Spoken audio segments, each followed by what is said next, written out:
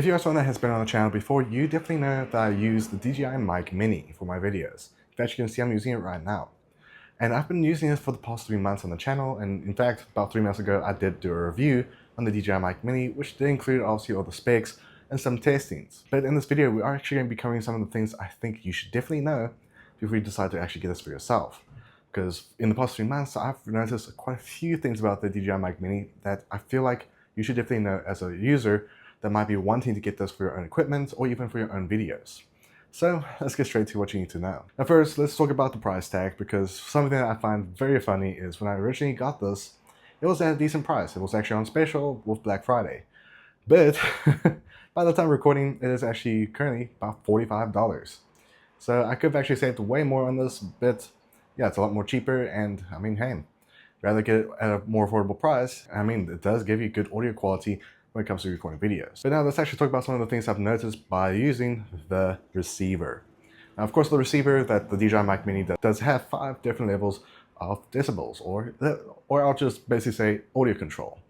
Now, of course, 0 obviously means that is the baseline audio, and me personally, I do use +6, which is actually giving me a decent amount of volume when it comes to me doing my videos, and I actually don't have to really worry about me actually being too quiet on my videos. But something to keep in mind is if you are going to be using this on a mixed setup where you might be using it on your phone, which I'm currently using the Mic Mini with my iPhone 13, and you're switching it to, let's say, a camera, you will actually notice a big difference. Because of course, when it comes to using it on a camera, whether it's a DSLR or even a mirrorless, those cameras have different settings, and sometimes you don't need to have it as loud or as sensitive as you would have on your phone. So that is something I would definitely say you should definitely keep in mind.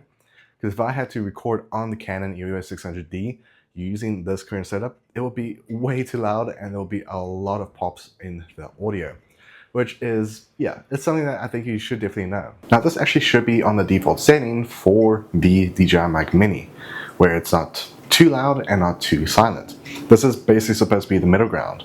And of course you can also adjust more of the settings in your camera, but this is just to give you an idea that you will have to adjust some settings just to make sure the audio isn't too loud or too faint. But while we are actually on the topic on camera use, now this is actually something I think you definitely should keep in mind if you're going to be using obviously different cameras with this type of audio setup, is that sometimes depending if you're going to be using an older camera, for example, it will definitely sound a little bit more tinny in some cases. Now, of course, I actually found a way to actually fix that, is to actually just do some tweaks on the camera. But do keep in mind that obviously different cameras can obviously handle different type of audio inputs.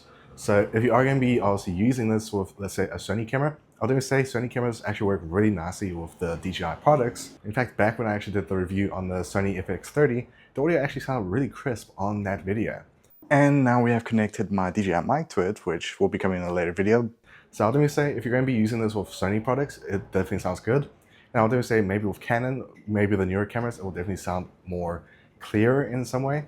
But just keep in mind, if you are going to be using an older camera, it might have some interference, but you can also just tweak that in your setting. But it's obviously not going to be as automatic as most cameras that are newer. But now let's actually talk about the battery life. Now, of course, the setup I actually went for is obviously the 1 transmitter and 1 receiver, which, I mean, personally, it's best for me because I'm only going to be doing a single shoot where it's just me speaking. So it's actually perfect for those who are just doing YouTube and you just want to have a good audio quality to your videos.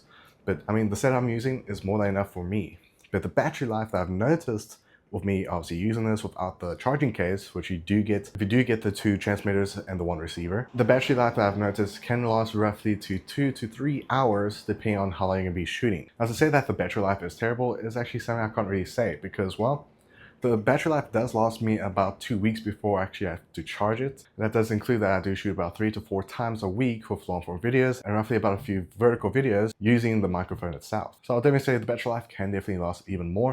It does obviously depend on what things you're going to be using and if you are also going to be using noise cancelling. Which, yes, let's segue to the noise cancelling function on the DJI Mic Mini. Now, of course, I couldn't use it because, well, I'm in a room where there's a lot of audio coming from the outside, and there's a lot of wind, and there's a lot of cars going past. So if I actually quickly turn it off, this is what it sounds like naturally, and perfect timing for the cars to actually come past in this video, but this is what it sounds naturally. But I'll definitely say if you are going to be using this mostly where you're going to have a room that doesn't have much noise, or you do also have, let's say, the wind filter on, which I'll definitely say is very useful, they can definitely prolong the battery life of the mic. Now, if you are someone that does have, let's say, a phone that isn't USB Type-C, I'll dare say there are actually quite a few affordable attachments or adapters that you can actually find for about $5 or even less.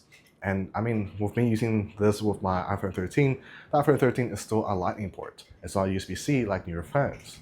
So if you are going to be getting this for, let's say, an older device, do consider getting an adapter. But I mean, obviously it does come down if you're going to be using this with your phone or if you're going to be using it with your camera. But now let's talk about, do I think this is still something I would recommend for you to actually go for?